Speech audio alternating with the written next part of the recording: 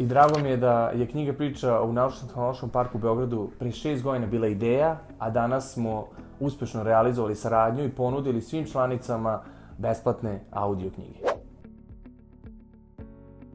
Ja sam Nenad Đoški, ja sam direktor Knjiga priča.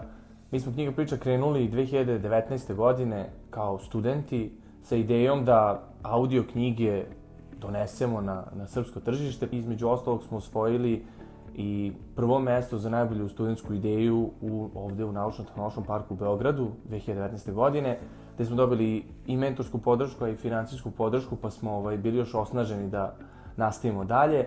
2020. smo dobili prvu investiciju od angel investitora, oformili ekipu. Jako je bitno kada birate tim ljudi s kojima ćete raditi, pogotovo kad ste mali, da su komplementarni i da je ta raspodela posla u timu bitna. Znači, treba svako da bude ekspert u svom polju i da jednostavno jako dobro funkcionišete, da imate dobru sinergiju. Bilo je puno izazova na putu, od traženja investitora, dogovora sa izdavačima, pa i prvih prodaja, ali smo uspeli sve to da prebrodimo i danas brojimo preko 25.000 registrovanih članova. Ideja o audio knjigama u Srbiji, a i generalno na Balkanu se proširila. Ono što isto jako bitno jeste da se mi prvi počeli baviti legalnim audio knjigama, što znači da je nama jako bitno da se prvo dogovorimo sa izdavačima i autorima, pa nakon toga da snimamo i da objavljujemo i prodajemo. Na početku uvek kad krenete, prilično je teško prodati i ta prva prodaja je najteža, ali vremenom kako smo razvijali proizvod, kako se